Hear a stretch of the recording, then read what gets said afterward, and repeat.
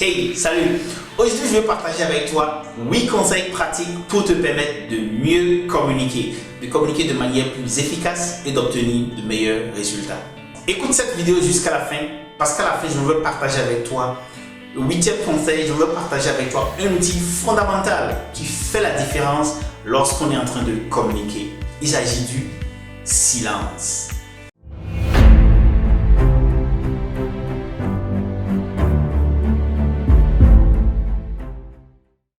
Comment communiquer efficacement? Hey, salut et bienvenue sur l'Impatient. L'Impatient, c'est la plateforme des personnes qui avancent vite et très vite en Afrique. Aujourd'hui, je vais te parler de comment communiquer de manière efficace. Et lorsque je parle toujours de communication, je parle de l'international, la communication a un grand rôle à y jouer. En réalité, grâce à la communication, tu pourras mieux passer tes messages, tu pourras séduire lors des interviews, tu pourras mieux être vu comme un professionnel compétent. Conseil numéro 1, écoutez, réécoutez, écoutez, réécoutez. La base de la bonne communication, c'est d'abord l'écoute. Lorsque nous pensons à la communication, on pense au moment où nous sommes en train de parler, mais en réalité, le plus grand jeu, le plus grand gain de la communication, c'est lorsque tu écoutes. Lorsque tu écoutes, tu apprends mieux. Lorsque tu écoutes, tu peux mieux orienter les questions, etc. Et quelqu'un dit, lorsqu'on est en communication, la personne qui pose les questions est la personne qui oriente les conversations. Donc, écoutez, écoutez, écoutez, écoutez. Conseil numéro 2, tenir compte du récepteur ou de la personne à qui tu parles. Lorsque l'on parle, ce n'est pas pour soi-même. C'est évident, n'est-ce pas? On ne parle pas pour soi-même, c'est-à-dire pour se faire plaisir. À moins qu'on ait quelques maladies. Sinon, on parle pour l'autre. Et pensant à l'autre, il faut se mettre dans la peau de la personne qui va recevoir le message que tu veux passer. Donc lorsque tu communiques, il faut toujours penser à comment est-ce que l'autre va être perçu. Quels que soient les efforts que tu feras, il y a une perte du message qui se passe entre le moment où tu parles et le moment où l'autre reçoit. En réalité, ce que nous disons n'est pas forcément ce que l'autre entend ou l'autre comprend. Parce que ce que l'autre comprend et entend varie et va dépendre de son expérience, de son exposition, de tout ce que la personne a vécu et de comment la personne se sent même à l'instant où nous sommes en train de parler.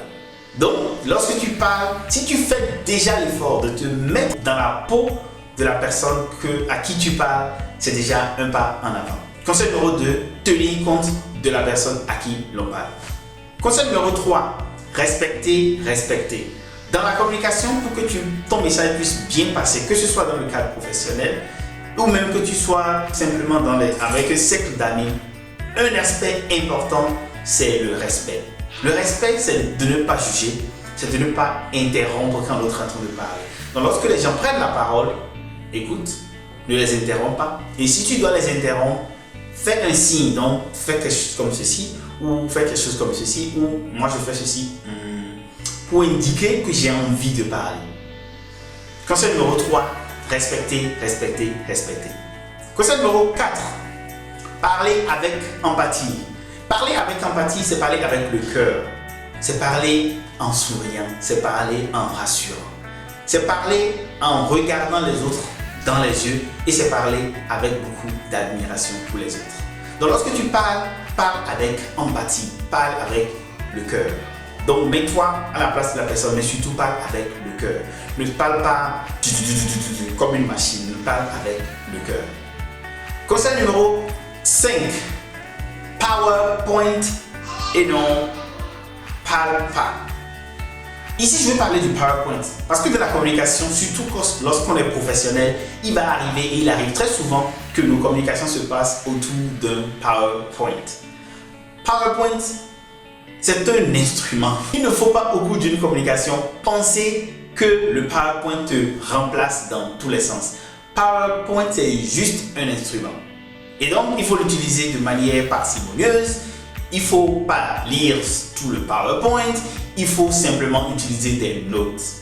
Dis-moi si tu es intéressé en commentaire et je vais pouvoir faire une vidéo spécialement sur comment utiliser PowerPoint lors d'une communication dans le cadre professionnel. Conseil numéro 6, l'humour. Yes, l'humour. Lorsque tu communiques dans le cadre professionnel, en interview, n'importe où, si tu peux ajouter une dose d'humour, ce sera superbe. La dose d'humour, c'est de chercher quelque chose, de raconter quelque chose, de faire quelque chose qui va faire rire les gens. Essaye cela, c'est toujours intéressant. Et lorsque tu prends le temps de préparer ta communication, lorsque tu prends le temps de préparer la discussion que tu auras avec ton employeur, la discussion que tu auras avec ton patron, tu vas trouver certainement des éléments qui peuvent faire sourire, qui peuvent détendre. La vie n'est pas compliquée, so we should not stress. Donc, trouve les occasions pour communiquer, mais en passant de l'humour. Conseil numéro 6, utilisez l'humour dans la communication. Conseil numéro 7, observez le public ou observez la personne avec qui l'on parle. La communication, ce n'est pas seulement parler. C'est aussi les gestes, c'est aussi le comportement. Et parlant de comportement, lorsque tu es en train de communiquer, il faut que tu sois attentif aux tics, à la manière dont l'autre réagit. Et des choses que tu peux observer, c'est le visage, c'est le sourire de l'autre, ce sont les mouvements, ce sont les positions de la tête ou des yeux, etc. Parce que tout cela t'indique si la personne est intéressée. Par exemple, le hochement de tête, lorsque tu communiques, il faut vérifier si la personne fait ceci, ça dit que ce que tu dis est intéressant. Et lorsque tu es dans une grande conférence, par exemple, il faut que tu restes tout le temps en train d'observer ta cible pour t'assurer que le message que tu passes est bien perçu et que les gens sont en train de mieux réagir. Et il arrivera des fois où tu as besoin de d'ajuster le message par rapport à la cible, par rapport à comment est-ce que la cible se comporte lorsque tu es en train de communiquer. Conseil numéro 8, le silence. La communication, ce n'est pas seulement parler, c'est aussi se taire, c'est aussi observer le silence. On dit même que la communication, c'est un ensemble de mots habillés dans le silence. Donc lorsque tu communiques, il faut aussi utiliser le silence à profit. Le silence, te taire, écouter, te taire. Et même parfois lorsque tu es en train de parler, prendre des pauses, te taire. Parler, te taire. Voici 8 conseils que j'ai voulu partager avec toi sur comment mieux communiquer dans le cadre professionnel. Dis-moi ce que tu penses de ceci. Mets en commentaire quelles sont les astuces que toi tu utilises pour mieux communiquer dans le cadre professionnel. Et si tu as aimé ceci, partage, car partager, c'est grandir ensemble en Afrique. Je suis Marius Chabi, j'aide des professionnels à aller à l'international, devenir manager et y exceller. Merci et bon repos. Bye bye.